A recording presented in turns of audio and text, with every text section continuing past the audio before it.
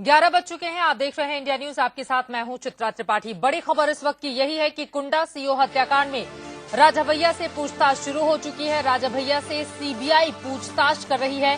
CBI दफ्तर में हाजिर होने के लिए राजा भैया को पहले ही समन जारी किया जा चुका था और अब सीबीआई दफ्तर पहुंच चुके हैं राजा भैया, जिनसे सीबीआई की टीम पूछताछ कर रही है। सीबीआई ने मंगलवार को राजा भैया को समन जारी किया था। आपको बता दें कि 2 मार्च को कुंडा के बलेपुर गांव में तिहरे हत्याकांड मामले में सीधे सीधे जिस तरह से सीओ जियाउल हक की हत्या हुई थी, उनकी पत्नी ने सीधे आरोप लगाया था राजा भैया के ऊपर और इसी वजह से माथापच्ची लगातार जारी थी और सवाल खड़े हो रहे थे कि आखिर इतने दिन लगातार बीतते हुए चले जा रहे हैं, आखिर सीबीआई पूछताछ राजा भैया से कब करेगी। सीओ जियाउल हक मर्डर के बाद तकरीबन 74 दिनों के बाद आज सीबीआई दफ्तर में हाजिर होने के लिए समन उन्हें जारी किया गया था और इस वक्त सीबीआई के सामने राजा भैया बैठे हुए हैं। सीबीआई के तमाम अधिकारी उनसे पूछताछ कर रहे हैं। सीधे रुक करेंगे हम कुंडा का ही, जहां से हमारे संवाददाता फरमान अब्बास इस वक्त जुड़ चुके हैं ज्यादा जानकारी के साथ। फरमान, राजा भैया पहुंचे कब, पूछताछ क्या उनसे शुरू हो चुकी है? बिल्कुल चित्रा, 10:40 पर राजा भैया यहाँ कुंडा के जो कैंप कार्यालय है सीबीआई का, वहां पर पहुंचे थे और उनसे पहुंचने के 10 मिनट बाद उनसे सीबीआई के जो अफसर हैं उन्होंने पूछताछ शुरू कर दी। सुबह से ही यहाँ पर कयास लगाए जा रहे थे कि किस वक्त राजा भैया आएंगे और किस वक्त उनसे पूछताछ शुरू होगी। बहरहाल राजा भैया यहाँ पर जो कैंप कार्यालय है कुंडा में सीबीआई का, वहाँ पर इस वक्त मौजूद हैं और जो सीबीआई के अफसर हैं वो तमाम सवालों की फहरिस्त लेकर उनके सामने बैठे हुए हैं और जो डिप्टी एसपी जियाउल हक के मर्डर से जुड़े हुए सवाल हैं और इसके अलावा वो तमाम आरोप और तमाम इल्जाम जो डिप्टी एसपी जियाउल हक की पत्नी ने लगाए थे राजा भैया के ऊपर उनके कत्ल की साजिश के, तो उन तमाम जो आरोप हैं, जो तमाम इल्जाम हैं, उनके जवाब सीबीआई राजा भैया से मांग रही है। उनसे पूछताछ फिलहाल जारी है और यहाँ पर जो सुरक्षा की अगर हम बात करें तो सुरक्षा की भी बहुत सख्त व्यवस्था है, क्योंकि पहले से ही कयास लगाए जा रहे थे कि जब राजा भैया यहाँ पर पूछताछ के लिए आएंगे, सीबीआई के सामने पेश होंगे तो फरमान, जब राजा भैया सीबीआई से पूछताछ के लिए जा रहे थे उनकी बॉडी लैंग्वेज किस तरह की नजर आ रही थी? क्योंकि इसके पहले जब उनके ऊपर आरोप लगे थे तो उन्होंने सीधे सीधे उसे खारिज कर दिया था, लेकिन अब सवालों के घेरे में है और सवालों का सामना भी कर रहे हैं राजा भैया। बॉडी लैंग्वेज किस तरह की नजर आई और कुछ कहा गया क्या उनकी ओर से? अब बिल्कुल जिस तरह से जब राजा भैया के ऊपर ये इल्जाम लगा था और उनको जो मंत्री पद है उससे इस्तीफा देना पड़ा था, उस वक्त भी उन्होंने कहा था कि वो सीबीआई जांच के लिए तैयार है और आखिरकार जब सीबीआई जांच हुई तब ये कयास लगाए जाने लगे कि राजा भैया कब सीबीआई के सामने पेश होंगे। आज जब वो यहाँ सीबीआई के कैंप कार्यालय कुंडा में पहुंचे तो उनकी जो बॉडी लैंग्वेज है, जो उनका जो उनके हाव भाव थे, उससे साफ जाहिर था कि वो बड़े इत्मीनान के साथ यहाँ पर आए हैं, क्योंकि एक लंबा वक्त सीबीआई को जांच करते हुए हुआ है। सीबीआई तमाम लोगों से पूछताछ कर चुकी है, तमाम ऐसे करीबी हैं राजा भैया के, जिसमें अक्षय प्रताप सिंह और तमाम ऐसे जो गुलशन यादव समेत राजा भैया की जो प्रतिनिधि हैं हरिओम श्रीवास्तव, उनसे भी पूछताछ की। तो एक लंबी फहरिस्त है राजा भैया के करीबियों की जिनसे पूछताछ की है।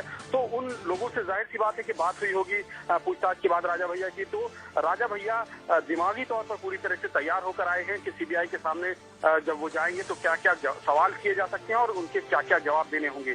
बहरहाल अभी जो सीबीआई का कैंप कार्यालय है यहाँ पर राजा भैया से पूछताछ जारी है और अब ये देखना है कि सीबीआई के हाथ क्या कुछ लगता है, क्या फरमान। लेकिन इस हत्याकांड को 74 दिन बीत चुके हैं और अब जाकर राजा भैया को समन जारी करके सीबीआई दफ्तर बुलाया गया है। बहरहाल किस तरह के सवालों का सामना उन्हें करना पड़ा है, कुछ जानकारी मिल पाई है क्या आपको?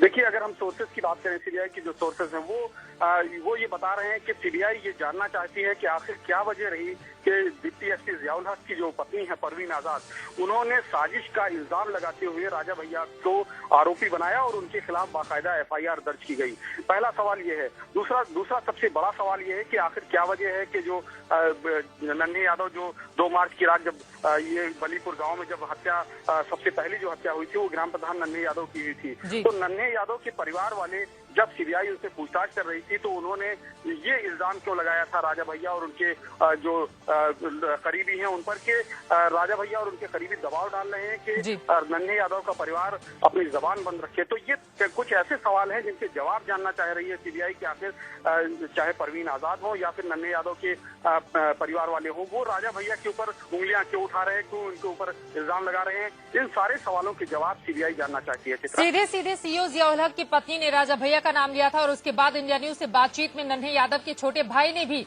राजा भैया के ऊपर ही आरोप लगाए थे। अब सवाल बड़ा ये उठ रहा है कि 74 दिन यानी कि 2.5 महीने बीत जाने के बाद सीबीआई दफ्तर में हाजिर होने के लिए कहा गया अब तो राजा भैया को। बहरहाल ये बताइए, उनके साथ क्या कुछ और लोग भी थे? देखिए, उनके साथ अक्षय प्रताप सिंह भी हैं जो उनके रिश्तेदार हैं, उनके भाई रिश्ते में लगते हैं, एमएलसी हैं, उनसे भी सीबीआई पूछताछ कर चुकी है। वो यहाँ पर आए जरूर हैं उनके साथ में, लेकिन सीबीआई के दफ्तर में अकेले राजा भैया गए हैं। अक्षय प्रताप उनके साथ मौजूद जरूर थे गाड़ी में, लेकिन वो सीबीआई के दफ्तर नहीं गए हैं। सीबीआई के सामने सिर्फ और सिर्फ अकेले अभी राजा भैया मौजूद हैं और उनसे पूछताछ की जा रही है। चित्रा, इस पूरे मामले में जो ग्राम प्रधान थे, उनके बेटे और भाई को जियाउल हक हत्या मामले में हिरासत में लिया गया था, तो उस कड़ी को किस तरह से जोड़कर सीबीआई अपनी तफ्तीश आगे बढ़ा रही है? देखिए, इस पूरे मामले में जब जो 2 मार्च को जो कत्ल हुए, तेहरा हत्याकांड हुआ जो कुंडा के गांव बलीपुर में, उसमें कुल 4 मुकदमे दर्ज किए गए, 4 एफआईआर दर्ज की गई थी और वही 4 एफआईआर सीबीआई ने भी दर्ज की। पहला जो कत्ल का मामला था वो नन्हे यादव के कत्ल का मामला था। नन्हे यादव के परिवार के लोगों ने लिखाया था उसका मुकदमा, और दूसरा जो मुकदमा था वो नन्हे यादव के भाई यानी जो सुरेश यादव, उसी रात जिनकी हत्या हुई थी, उनका मुकदमा दर्ज किया गया था। और एक मामला वहाँ की जो स्थानीय पुलिस है उसकी तरफ से दर्ज कराया गया था सीओ जियाउल हक की हत्या का। और चौथी जो एफआईआर दर्ज कराई गई थी वो परवीन आजाद यानी कि जो डिप्टी एसपी जियाउल हक की पत्नी है, उनकी तरफ से दर्ज कराई गई थी। बहरहाल नन्हे यादव के कत्ल के जो आरोपी हैं, जिनके ऊपर इल्जाम लगा था, उनको सीबीआई ने गिरफ्तार किया। इसके बाद सुरेश यादव का जो कत्ल हुआ उससे भी पर्दा उठा और डिप्टी एसपी जियाउल हक के हत्या के आरोप में जो पुलिस की थ्योरी थी, यानी कि जो पुलिस ने मुकदमा दर्ज किया था, उसी मुकदमे के ऊपर जांच करते हुए और उसका पर्दाफाश करते हुए। जी चलिए, बहुत शुक्रिया। आगे भी जानकारी आपसे हम लेते रहेंगे। हमारे संवाददाता जानकारी देते हुए पूरा मामला क्या है ये भी हमने आपको बताया। और आपको ये बता दें कि उत्तर प्रदेश सरकार के पूर्व मंत्री राजा भैया से इस वक्त सीबीआई कर रही है पूछताछ। सीबीआई दफ्तर के अंदर वो मौजूद हैं और तमाम सवालों के जवाब इस वक्त राजा भैया को देने पड़ रहे हैं। आगे